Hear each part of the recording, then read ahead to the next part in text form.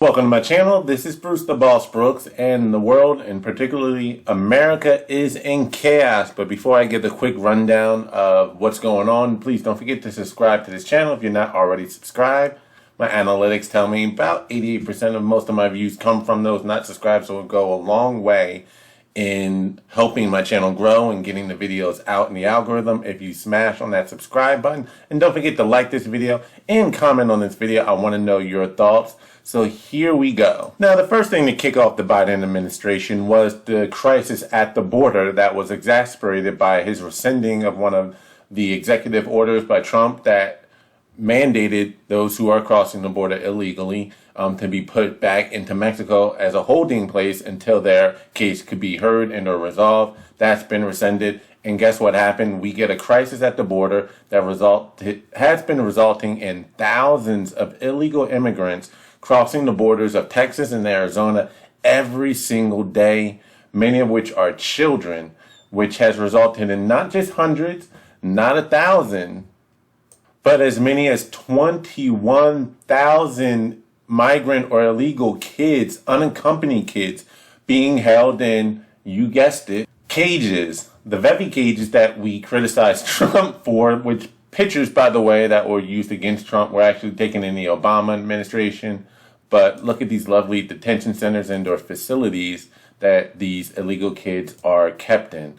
Again, as many as 21,000.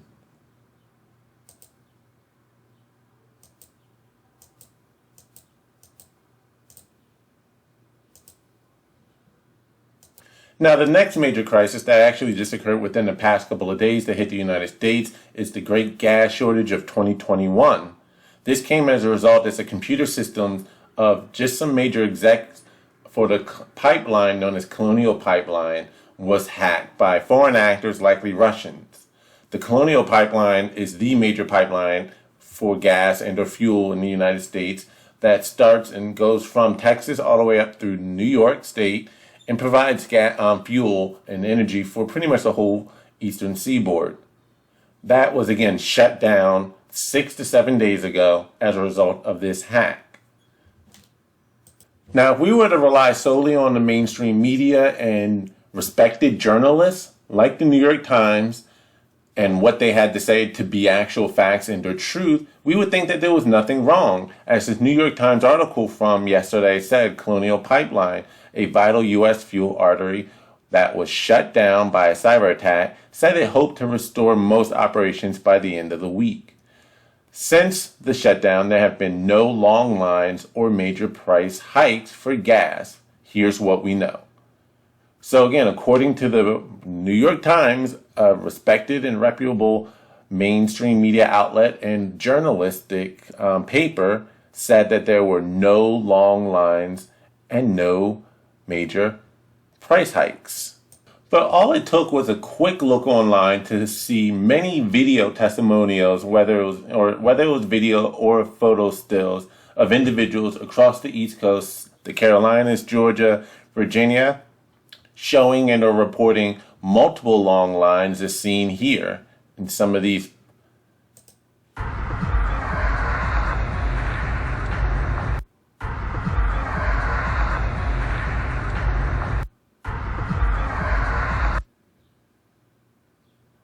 More and more videos of long lines for gas. Here's another one at a Circle K. And this individual actually took the time to get out of their car to show us the long line it took to get gas at a local Costco after going to Costco after Costco and no gas. Finally finding one with gas, and here's a look at the line they actually had to get out of the car to show. So keep in mind, this right here is the back of the line from where they're at anyway. Stretches around this corner, and we keep panning right, pan right, pan right, and there's the Costco. I don't know, man. I mean, we have mainstream media outlets telling us that there's nothing to worry about, there's no crisis, there are no long lines.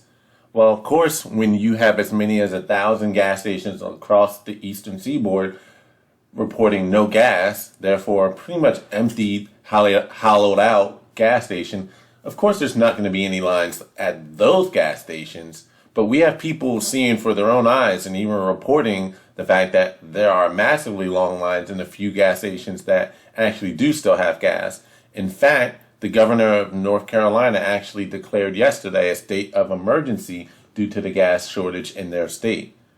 So, I don't know, people are starting to wake up because these media outlets are the same people we rely on to tell us what's really going on, what are the facts, what's the information, to who we rely on to tell us who's telling the truth, who's lying, where the facts lie. And they can't even be trusted in this particular case to tell us the truth about whether or not if there's a gas shortage or if there are long lines, and if whether or not if gas prices are even going up. With them, a lot of people are able to see with their own eyes, prices are starting to skyrocket as the demand rises, but supply is low. So people are starting to wake up to the idea that there is such a thing called fake news, that you have individuals in the media who are trying to control the perspective, control your reality and what is real and what it isn't, what isn't real. But what happens when you realize that your whole reality that was based upon a false narrative is a lie? Now, interestingly enough, mainstream media outlet, in particular, the CNN business article from 3 weeks ago, back on April the 27th, 2021, already predicted that there was going to be a gas shortage this summer. 3 weeks ago, April the 27th, 2021. And they predicted a gas shortage well before the cyber attack hit the Colonial pipeline for one reason and one primary reason alone. And that is, according to this article here, according to the National Tank Truck Carriers, the industry trade group, somewhere between 20 to 25% of tank truck drivers in the fleet are parked heading into the summer due to a lack of paucity of qualified drivers. At this point back in 2019, that number was somewhere closer to only 10%. But the pandemic only, I guess you can say, or the word they use is metastasized an already growing problem within the gas truck industry. So essentially, they're running short on fuel tank truck drivers. And according to this article, as you read on, they did lose a lot of the workforce due to the government shutdown, the pandemic. A lot of those who were close to retirement just decided to get out and say, you know what? Hey, we're going to retire. This is our cue. But one of the other problems that faces the tank truck driving industry is not just any truck driver is allowed to drive a tanker truck. It requires special certification, including commercial driver's license and weeks of training after being hired. And while the jobs are more attractive than some long-hauling trucking jobs that can keep drivers away from their homes from days or weeks at a time, it is still strenuous and tough work. So essentially, they cannot find enough truck drivers to be qualified drivers to drive these fuel tank trucks. I'm guessing that Biden deciding to terminate the contract for the Keystone Pipeline is starting to look pretty problematic now, considering that we already were looking to have a shortage of tank truck drivers to deliver the fuel. Pipelines are the easiest and safest way to transport fuel across the country. Although that wouldn't have been up and running for many years anyway, but just saying, from foresight, that's not looking like a good long-term idea, considering especially we need all the pipelines we can get to help deliver fuel across the country, but we're already coming across a shortage, which brings me to the next topic, which is the economy. Now, the next major crisis is the job crisis that's currently facing the country, or the hiring crisis for employers.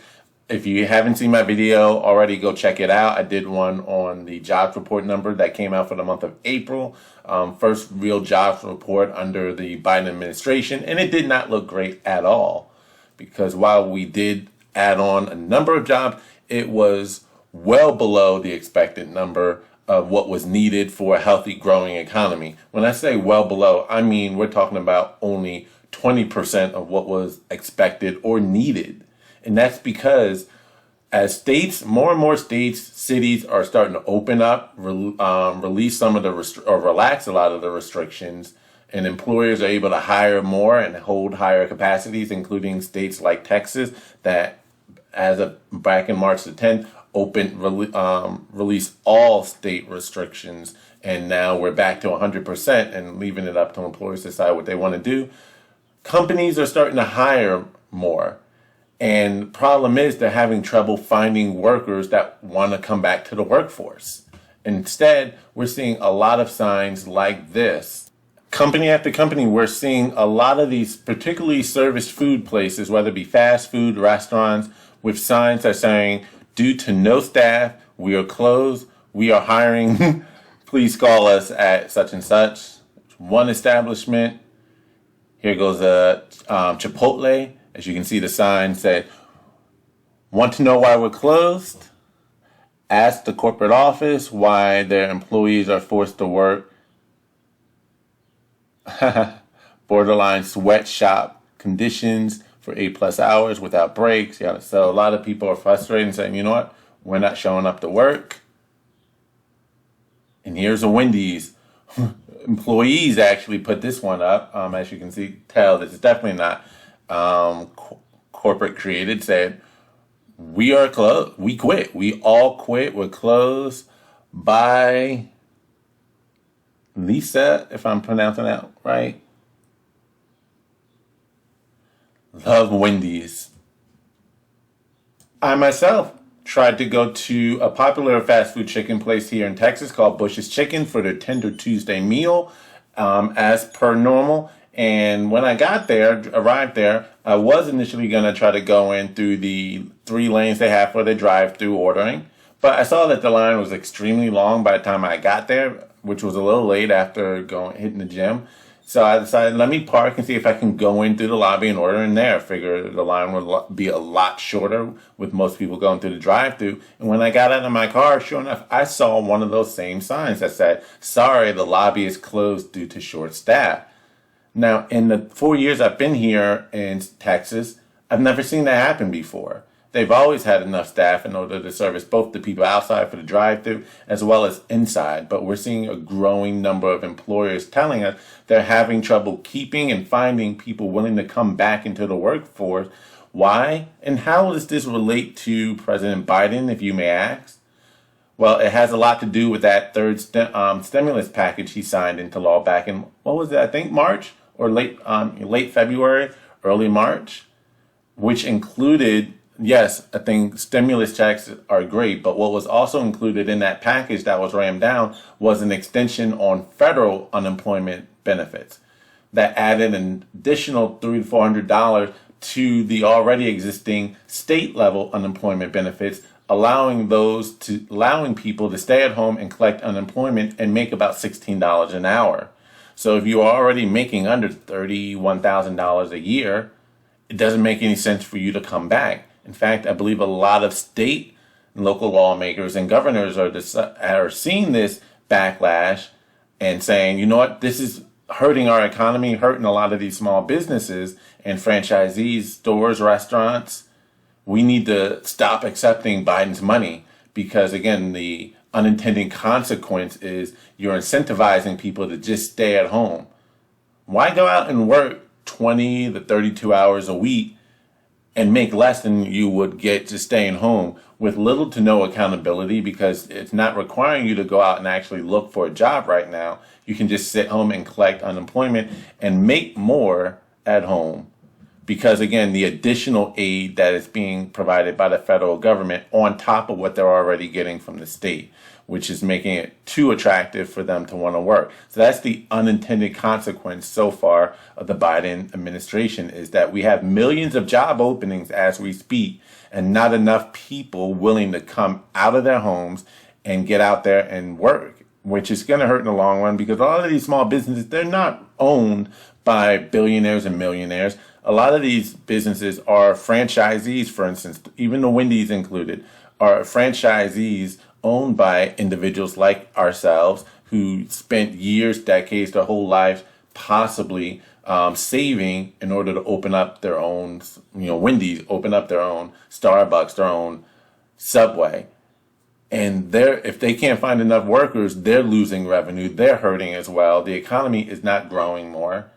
And so that's where we're at with the job market crisis right now, which is, again, not looking good because you have these extensions on additional federal unemployment that are keeping people at home.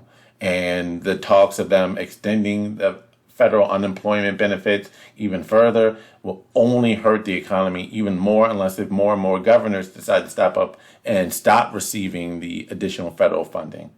And lastly, tensions between Hamas and Israel, or should I say Palestinians and Israelis, have really sparked up and kicked another notch that we haven't seen in quite a few years. This has been an ongoing war that's been going on for thousands of years. Tension that actually is really escalated more so within the last 73. But I digress. What you're about to see is a video of one of the many missile attacks that have occurred in the region. Let's go.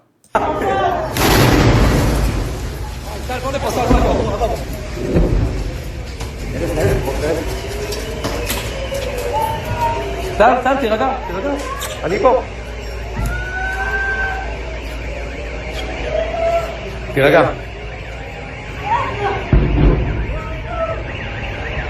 So you just heard the rocket hit the bus. My favorite part of this video, as terrifying as it is look at this guy right here.